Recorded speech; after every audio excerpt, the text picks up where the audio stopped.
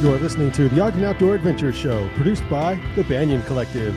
Find more mind-blowing podcasts at thebanyancollective.com and on iTunes. The Ogden Outdoor Adventure Show. Adventure for your ears.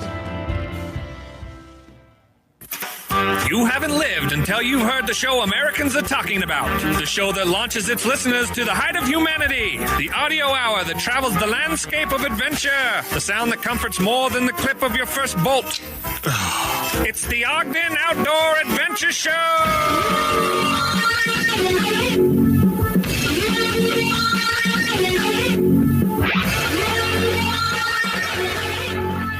We're Outdoor Adventure Summits the airwaves. This is the Ogden Outdoor Adventure Show. I'm your host, R. Brandon Long. I'm with you for the next 40 minutes or so. By my side is the best co-host in all the land, Todd of the Top. Todders, how you doing? Yeah, doing good. Thank you. It's been a few minutes. We've been slacking. So this week's show, I would never use the word slacking. Perhaps slacking on OA. Yeah. Okay. That's true. Thank you. We've been very busy. This week's show includes a weekly happy, yes, and as well as an interview with our guest, Joe Farley, product designer, Transcend gear, and the Crag Crusher. And this is really cool. I love this product. What I love most about it is Joe lives like within walking distance from Gear 30, and this is all a completely local product. Also, a trip report. We'll tell you about the behind the scenes on the Ogden Marathon, on the docket, some events with the coming bottle up. Opener. Oh, sorry. Look at that. Oh, the bag. Yeah. It's Okay, crucial we'll talk about if you're going to capture that market. Yeah. That's true. We'll give you some on the radar in the news, including the Tour of Utah, ski tourism, sport climbing's favorite, what's her name? Sherpa summits Everest a record time. How many times did he summit? A yappy dog nearly gets kicked in Yellowstone. There's a Yellowstone pledge. And the North Face is making tuxedos. I'll give you something worth watching, something worth reading, Gear 30 segment, quote of the week, and outdoor jukebox. All this and more on the Ogden Outdoor Adventure Show, episode 330. It can't rain all the time, so let's charge.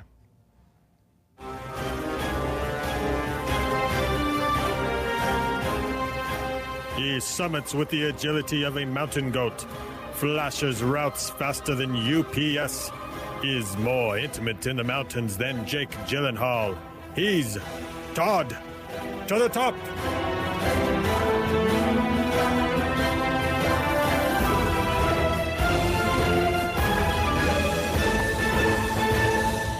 All right, so this week's weekly happy is I don't really know what this is. So this is a gal who decides with her friends, Joe, you can see this, to tow a Sea-Doo to the top of a mountain and a giant pink flamingo, inflatable pink flamingo. And what they want to do is they want to use the Sea-Doo in an ice lake at the top of a mountain and make the ice lake a beach. And just this is called fun, I guess. I have no idea really what this is. It's posted by Maria Sandberg. And if you're bored, check out this idea the next time. Here, Todd, you can see. Yeah, that's your weekly happy because it gives you something to do. Sea-Doos up there? They towed them with their sleds. See that type of sled. Oh, of course. Yeah. Got it. And then, that's what you do. I can probably come up with 500 things I'd rather do. You'd rather do than. Although I am always intrigued by giant inflatable pink flamingos. So we are joined this week by Joe Farley. I think we're live on Facebook too, and we're in the dark because of the way the sun is shining on our camera. Todd may try and edit this. I don't know, but looks like you probably can't see us very much just because of the sun's cruising through the window here. Joe Farley, product designer, Transcend gear, and the Crag Crusher, which we do carry here at Gear 30. You came in the shop and pitched the bag, and we're like, well, that's awesome, so let's carry it. But first of all, you are not from here. I'm not. I hail from the great Pacific Northwest, Spokane, Washington. Yeah. I've been in Utah and in Ogden specifically for 8 years this summer. Okay. So this is pretty much home now. Yeah, it's like you're local now. 8 years is a pretty long time. But this morning's weather probably familiar to you? So Spokane is a bit more like Ogden, kind of hot, dry summers, but wet springs though. Yeah. Yeah. I have never been so ready for warm weather. This stuff is just I think we're all Killing me. ready. Oh, he's like, I'm cold this morning. I'm just trying to Cold and warm wet. It's almost June. I shouldn't be cold. It's Utah, as you know, like it can go like cold, like 60, 60s, 90, Yeah, well, 95. So we're actually getting the spring this year, which is kind of nice. I've loved it. Yeah. I've really loved it. Yeah. How much did you start climbing in the Pacific Northwest? So I climbed. I mean, I can count the amount of times I climbed up there on one hand. Really? So I really didn't get into it Okay. big until about 5 years ago. I had some friends that they got me climbing at the gym, like most climbers start now. They start at the Right gym. at the front? Right at the front here, Yeah. yep, here in Ogden. And one thing led to another. Started climbing outside and pretty much got hooked. Yeah. So And What was it? What was it that got you hooked? So I did a lot of running. That was kind of my thing before that. Like I did marathons and just loved to run. I kind of burned out in that. And I did some biking, did some road biking for all. And I just was kind of looking for my next thing. And I think the thing I love about climbing is that you, especially outdoors, you find a project out there somewhere and it just kind of consumes you until you get that red point on it. And so you just think about it and you lie in bed at night and you're going through the moves in your mind. And I think just the project aspect of climbing. I'm an engineer. I love kind of just thinking about all the technical aspects of trying to send a route. And so I think just the fact that I can keep going back to that project until it's done. I've got something to shoot for. I've got a goal to attain. That's probably the biggest thing for me. And just the terror factor. Being A little up bit there. of that is good. Yeah. Yeah, I mean, being up there really has pushed me to. I feel like it's pushed me to take more risks in life. Just learning how to deal with that fear of being, 10 feet above your last bolt and risk and trust, because Yeah. you got to trust the equipment. yeah, your and your belayer. belayer. Yep, yep. Yeah, it's an interesting question, Todd, because I'm a used to could climber, right?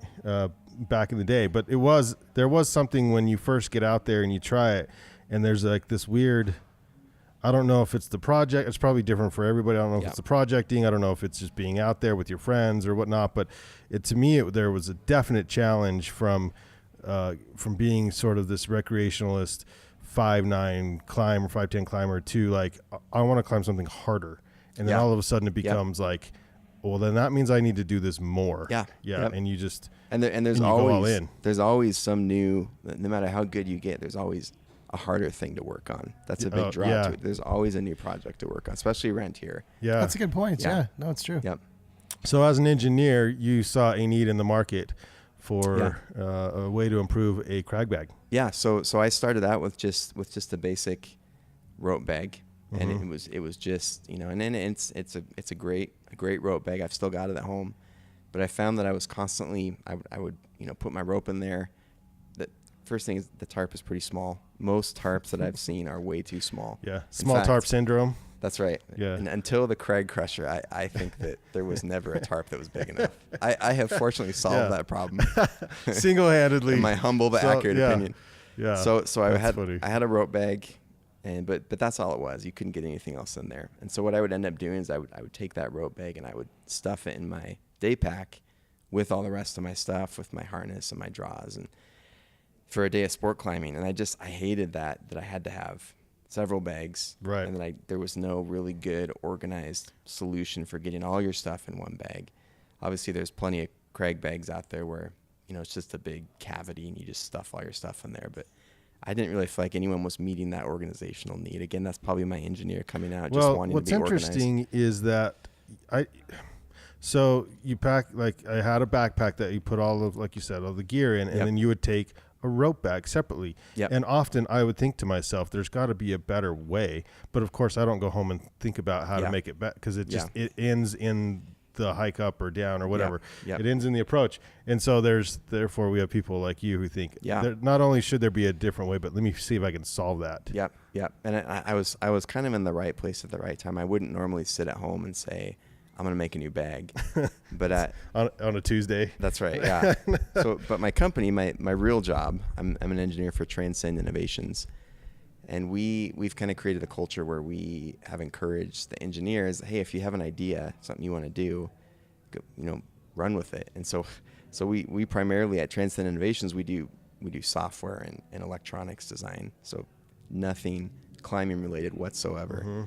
But our founder had developed a duffel bag called the Easy Duffel, and it was this cool concept where you would I've got the bag in front of me here. Of course, the audience can't see this bag, but the duffel bag that he developed is very similar to the Crag Crusher. So it was this design where you would unclip it and you would roll the whole bag out and everything would be right there. And so the first time I saw that, I said to Orlin, is his name, I said, Orlin, I've got to make this into a climbing bag. Like, this is perfect. Yeah. And so that's kind of where it was born, where the idea was born. I thought, man, if we just removed some of these compartments and stitched a rope tarp in there and kind of beefed everything up a little bit, made it more, put gear loops on it, and I really kind of started honing it into an actual climbing bag. But that's where the idea started. It was this awesome rollout concept. And of course, if you go to our website, you can see what the Crag Crusher looks like, how it unrolls. But so thank you, Orlin. Yeah, thanks, thank you, Orlin. Yeah. What's the website? What's the plug that? It's transcendgear.com. Transcendgear.com. Yep.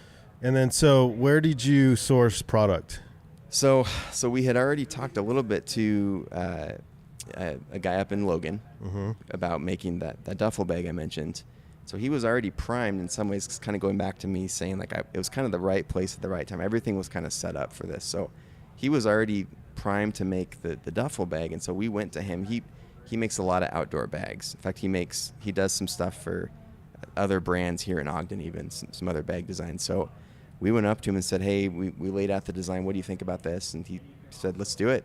Yeah. And so we do it all. We make all the bags in Logan. So everything is made in Logan. Yeah. So everything's local here. So our shop is just down the street here, Transcend Gear, and then of course I live right here. Yeah. And then we make all the bags in Logan. So it's very much, and we're selling them here, and we're selling them at the front in Salt Lake and here in Ogden. And so everything is literally, we really haven't expanded outside of Utah yet. So yeah. And then so tell us about the bag and why it's different from, because I think there's the big boys out there who've been making climbing equipment for years have failed to maybe jump into something like this. Sure. Until maybe sort of recently they've got something similar, but not exactly. So there's some similar stuff starting to come out now. So the bag. So it's a rollout design, and the idea there is that you can really. I've got these cinch straps on it. Again, if the audience is wondering, they can check all this out on the website. But it's got these compression straps, so you can literally. It's designed to kind of. It's a roll, so it's designed to kind of expand the more gear you pack in there. And if you have less stuff, and then you just you put your straps on, you can literally cinch it down as tight as you want. I was surprised how much you had in there. Yeah. So I mean, it holds plenty for. I mean, I've got. I'm married. We've got 4 little kiddos, and we can get everything that we would need for a day of sport climbing. Including the smallest kid. Yeah. Just roll them up in the bag. Yeah, including the kid. That's right. They just roll up in there. Quit complaining. Yeah. So it cinches down. It's kind of the first thing. I'm opening it here as I talk. I love the sound of Velcro, though. Yeah. Velcro is a satisfying thing. Turns out nature actually figured out Velcro like thousands of years before we did. What happened there? Is that a plant? That's they call that there's a term for that where we take a concept in nature and we adapt it to engineering, and I'm blanking out on the term right now. That's okay. But it's a great process. Biomimicry, I think that's what it is. Biomimicry? Yeah, where we learn something from nature and we use that term often here on the Ogden Outdoor Adventure Biomimicry, Show. yeah. Biomimicry. So your challenge is to use that word tomorrow in regular conversation. Yes, biomimicry. There's a certain bird that has been podcasting for years. That's right. Before us. So my favorite thing about the bag, I think, is just the size of the tarp. I didn't feel like any rope tarp out there was adequate. So this tarp, I was trying to remember the dimensions I put on here. I think it's 5 feet by 6 feet, and I don't have it written on the tag. I don't have it written on my tag. I thought I did. Yeah, here we go. 57 inches by 70 inches. So that's 57 by 70. Yeah. So big. I'm an engineer here. I'm the only one that has no excuse to know how to convert that to feet. The quick math in my head is not working right now. So flipping huge. 72 inches is 6. I think it's. So it's 5 by 6 roughly. 5 by 6. Yeah. Okay. So the tarp is all waterproofed. So if your rope is rolled up in here, it's not getting wet. We've got these huge organizing pouches in here. So these are designed to keep everything. So there's 4 of them. So I can get, I put, going through my gear in my head here, I put 12 draws in here, 5 or 6 alpine draws, several harnesses. Just look how organized that is, Todd. That's awesome, right? Big zippers, sock bags, shoes, everything goes in here. Yeah. And it's mesh, and so like desert environment, we're good. Yep. And it's actually a beefy mesh, and I don't have. So yeah, I mean you can take the back of a hammer like the sharp end, just really crank it against the stuff, and it will not rip. So and carries well. I think it carries great. Yeah. So we intentionally went sans hip strap because we really wanted to preserve the kind of the duffel bag feel. So it is a hybrid duffel bag / backpack, but I put 35 pounds in it, and it feels great as a backpack. That's pretty fully loaded. But it's also got a shoulder strap, right? Yep, and it comes with a shoulder strap, so you can throw it over your shoulder. You can look hipster while carrying That's right. it. Yep. It's all about the looks. And that's really the only thing that matters. If you look good doing it, Let's be honest, people. Come yeah, on. I mean that's where it's at. We all know it. We just don't admit it. So engineers are supposed to know math, I guess. Yeah. Okay. But they can't convert inches to feet, apparently. Well, right. However, I'm an English major, and so grammar I'm just okay at. But we're supposed to know grammar, I guess. Yeah. But yeah. really, I can write a good story. But I'm going to need someone to double check my grammar. So it all works right. It's a thing. Yeah. Yep. That's really cool. So now you have a full-time job. So the marketing on the side is just a bonus or this is total side gig. Yep. And we're I mean, obviously, I'd love to be able to just quit work and be a full-time climbing bum selling gear. Would you though, or would you just because it seems like if I could make a living selling climbing gear? Okay. Yeah. I don't tell my yeah. My don't tell Orlin. My real boss is probably going to hear this. That's funny. No, I love what I do. I mean, we know I've been designing software for years. It really is a blast. But anytime you get to software included, anytime you get to design a product, I mean, that's where it's at. And that's as a company, that's really what we were after. Is we want to create an environment where people are encouraged to design products and really think outside the box. So it's such a cool story. Yeah, like it really is a very cool story. Yeah. Tag on the bag says "Made in the USA," but really it's really made in Utah. Yeah, yeah. And a lot of it was just thought of right here around Gear 30, Slackwater, the front area. Yeah, where you live and play. And really, I mean, the reception, with you guys here has been awesome. And I know all the people at the front.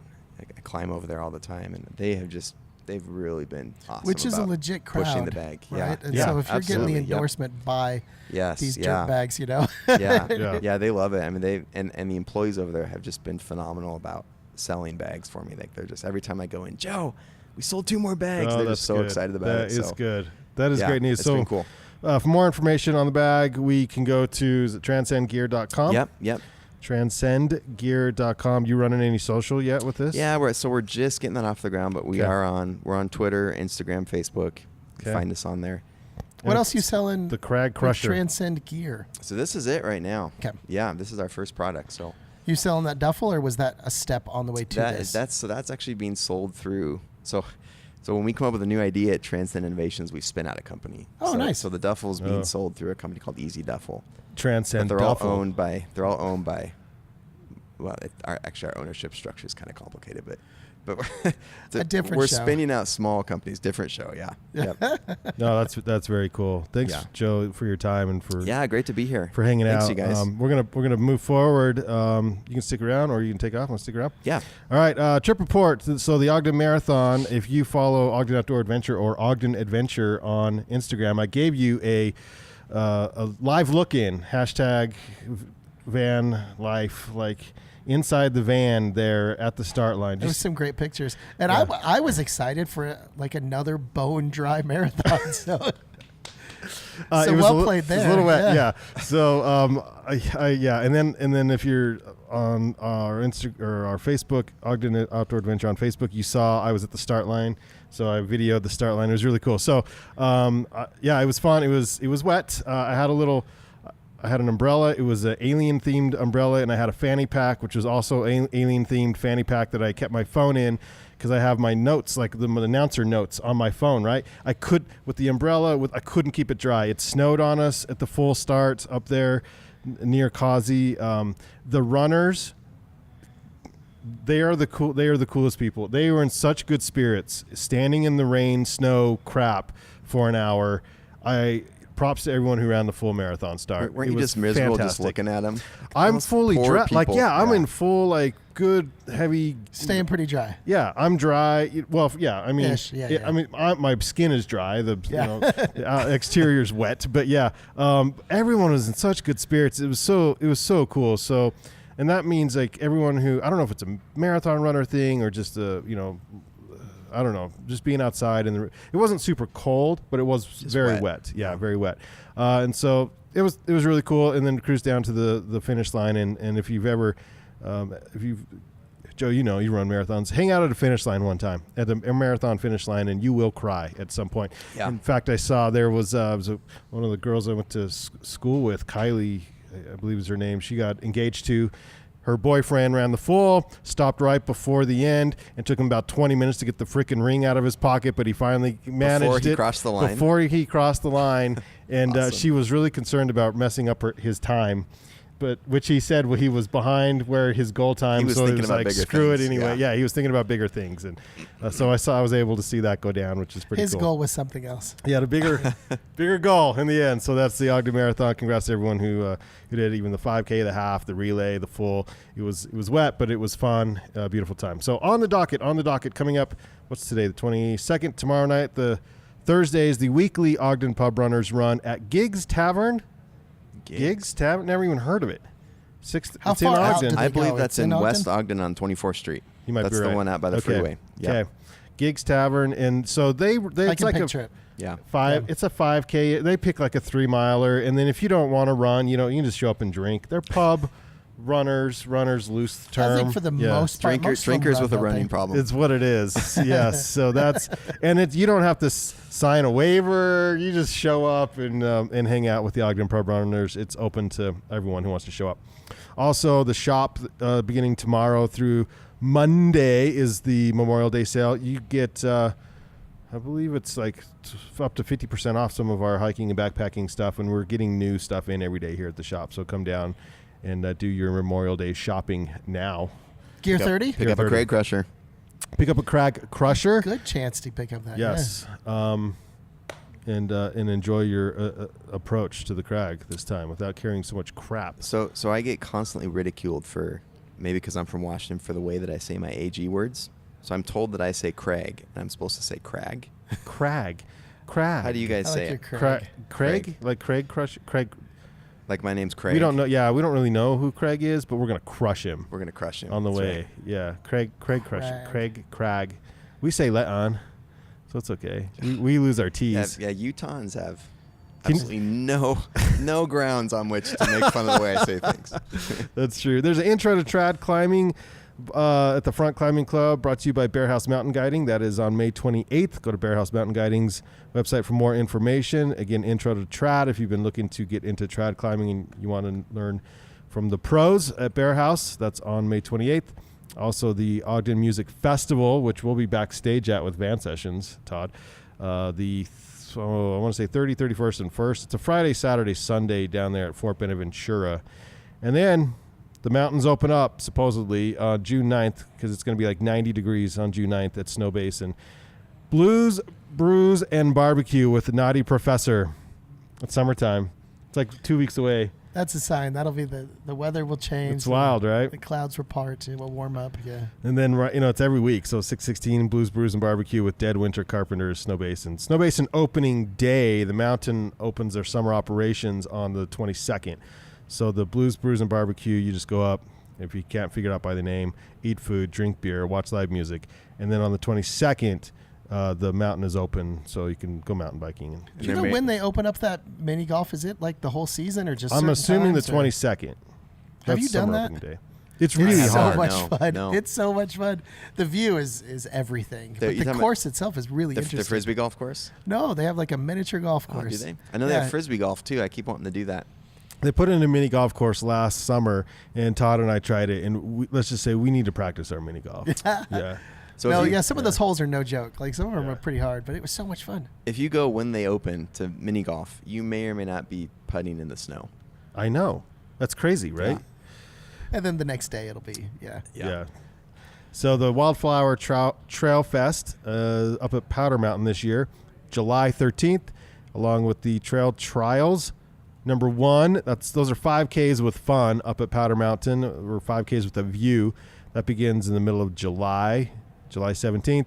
And El Doce 2019 is July 20th up there, Powder Mountain. On the radar.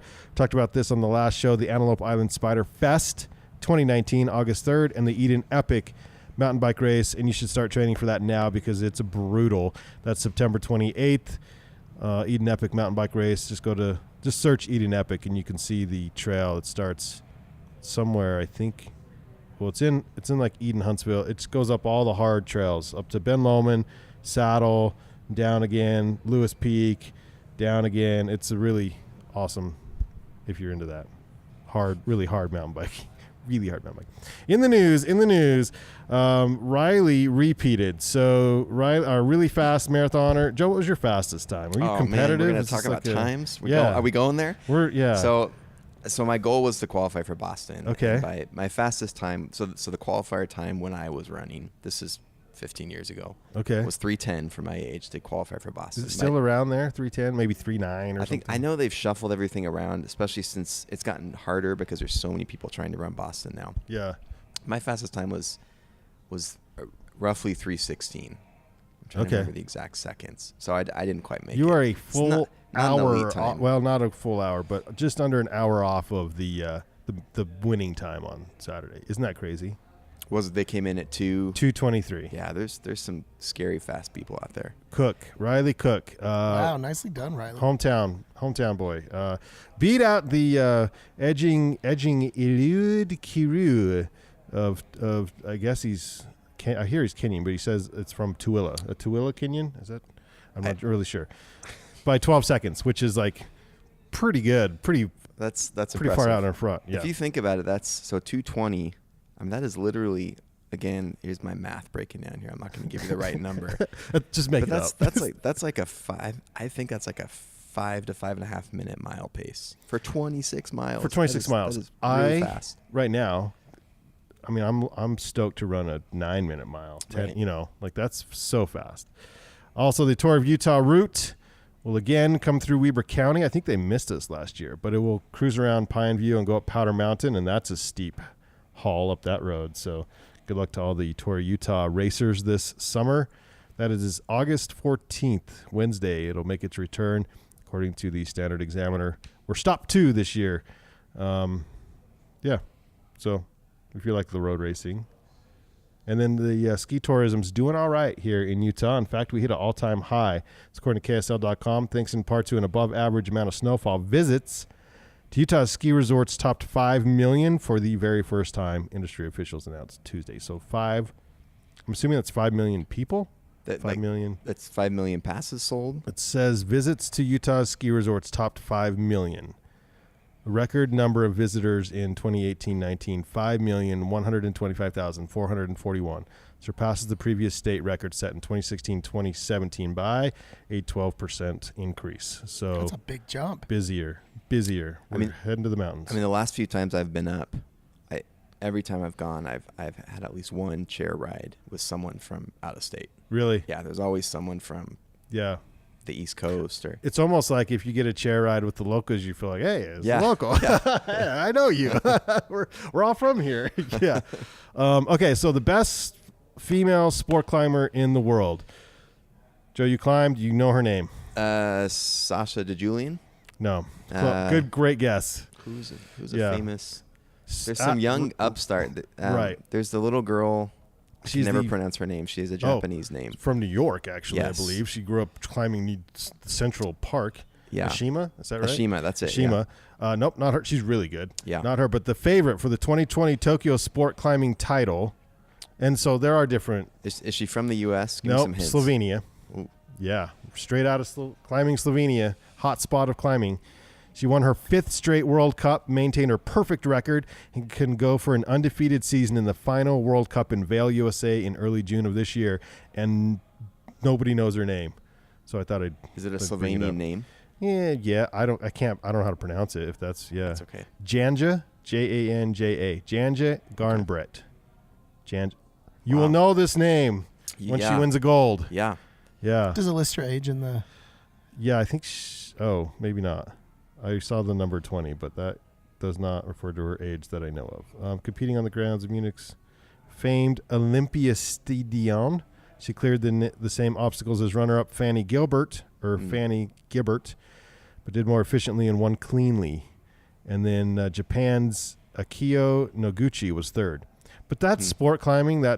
It's an interesting world. It is, yeah. And a lot of people are saying that, over the next decade or whatever, the strongest climber in the world will be a female, because they've just got weight to strength, maybe. Yep. And they're just getting stronger and stronger. Yeah. Yep. Seems like they're really young. We all know the men's, or we should, if you're in the industry, know the men's. Adam Ondra, won. So yeah, looking for gold. And that's coming up in the Olympics. Pretty wild.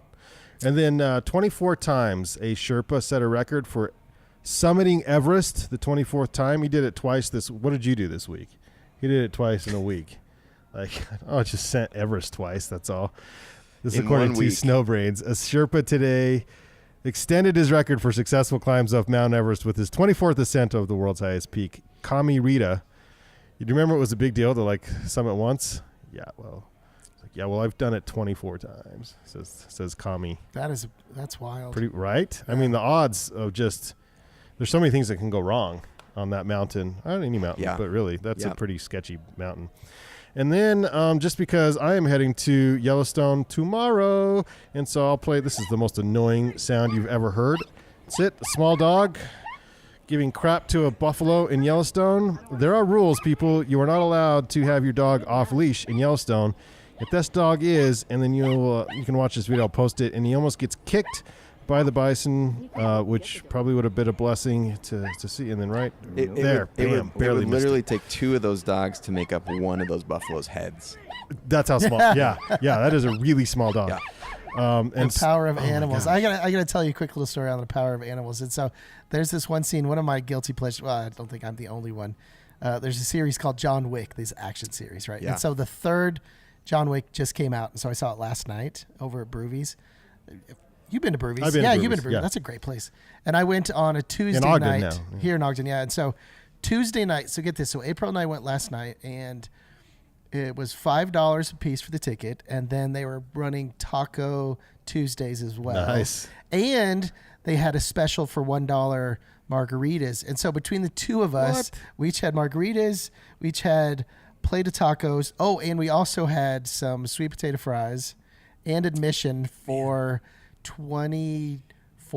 And that movie's brand new, so you could either pay $10 or whatever you pay now at the Megaplex. Well, and another 10 for popcorn. Yeah, and so go Tuesday night for this movie. But you kind of get the gist, even if you haven't seen the movie. He's an assassin, and he's trying to keep from getting killed. Destroys everyone. Phenomenal, choreographed martial art. It's just a great movie if you like those kind of things. But there is a scene, and I don't want to give away too much, but there's a scene in a stables that he is able to essentially manipulate horses to kick people that are trying to kill him. Yes. And he does it kind of repeatedly. Yeah. So he's not just an assassin, he's a horse whisperer. He was a horse whisperer. But this whole choreographed ballet was about the most amazing thing. But I've never seen, just because the sheer power, and it was legit, it karate played out horses. like it would. It was just right when it happened, the whole audience just screaming, "Oh, oh!" But I picture that with the buffalo and this teeny little dog. It would just take a little ding. Oh, for sure. A little flick, and that thing is over the geysers. This was just a couple days ago. So, again, if you're going to a national park, dogs on leash. So I was reading the Wikipedia article on Keanu Reeves, just because John Wick was coming, new John Wick was coming out. And he may have written this article because it described him as one of the most versatile actors out there. And I thought, Keanu Reeves? Yeah. All I could think of is, we need guns. Lots of guns. I don't even know most versatile. You see a movie like this and the pace of this movie, and it is, especially taking into account his age, he's got to be pushing 50 or maybe he's getting up there. Yeah. Phenomenal work. Yeah. Phenomenal work. And I think he's been into martial arts for a long time, but the amount of training that he must personally go through, he's not an actor in the sense that we consider that, but as far as sheer entertainment value and the fact that so much of this was him, I'm sure he had stuntmen, working with him, but so much of this was him. You could tell by the way they filmed it Yeah. and everything. So versatile in that sense. I But guess when it comes versatility to takes many forms. yeah, and there's another Bill and Ted coming out, so versatile in really? that sense as well. Yeah, they've been trying. Fans that's have been trying to versatile, get right? that thing made. Yeah. Fans have been trying to get that thing made since the first one came out, and so the idea behind this new one is we're gonna love it. I'll be there. You know who didn't use I'll be there. a stunt double? Alex Honnold. He does all his own stunts. He does all his own stunts. Yeah. That's like his shtick. It is. Well, so I didn't know this, but the tux he wore, I've just found this on unofficial Oh, networks. for the Oscars? For the Oscars was a North Face tux. That's brilliant. pretty That was awesome. very Yeah. smart of So him. is that available to the general public? Because Should I would be. seriously consider buying a North Face tux. While this is on unofficial networks, while the best free solo climber in the world looks like an uncomfortable ring bearer at his cousin's wedding in a tuxedo, his black tie attire is one of a kind. Oh. Honnold's longtime sponsor, North Face, sewed together this one-off tux for his trip to the Oscars, where he won Best Feature Documentary, and it could potentially inspire more formal wear from the There you technical go. outwear giant. So we have a buyer already. Maybe, Joe is maybe like, he'll auction it off to support his foundation. Would not Yes. surprise me at all. which, Yeah. so the Ogden Climbing Festival, did you go? I did, yeah. So Yeah. they had not the spork. What was his April Fool's Day thing? It was the spoon he eats off of in the Spatula? Spatula. It was like a spatula. He has his own spatula now, North Face spatula, and He has really good. or Black Diamond. April It was a cider. Black Diamond made a spatula. So it's like a tech spatula, right? So that But Black it's Diamond. Alex Honnold's It's Alex design. Honnold's designed April Fool's. tech spatula, but it's a real product. This one and is, yeah. Black Diamond had it at the Ogden Climbing Festival on Saturday there, so you could. Yeah, That was it was funny. it was pretty great. It was pretty great. All right, that's all I have in the news. Moving on to worth watching. Danny Daycare, if you haven't seen this, Danny McCaskill, who gets invited to. I mean, he's one of the best bikers in the world, mountain bikers in the world. And he gets invited to do a little daycare action for his buddy's daughter, and of course he can't just watch the daughter. He's got to put the daughter in a kid carrier and do the most insane mountain bike stunt you have seen with the daughter in the kid carrier. But don't worry, folks, it's not really, she's not really in there during those scenes, but it's shot to make you think that it is. And he does like a backflip with the kid carrier on the mountain bike and stuff. So it's pretty cool. It's, as a dad watching it, I really, really love this film.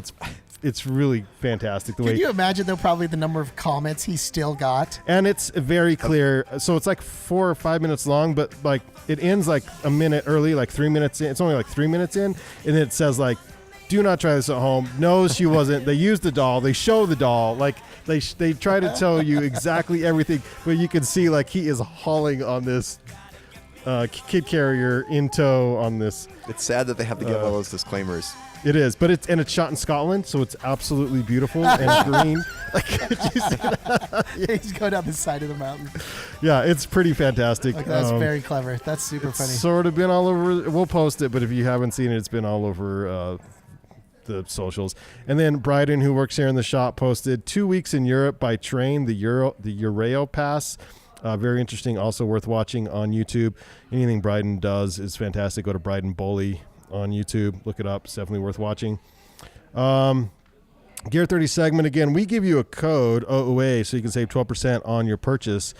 But right now, Memorial Day is 20% off everything under the Memorial Day tag online. You can go there and just search what you want. Use Memorial Sale promo at checkout. Save 20% this weekend only. It's happening right now online.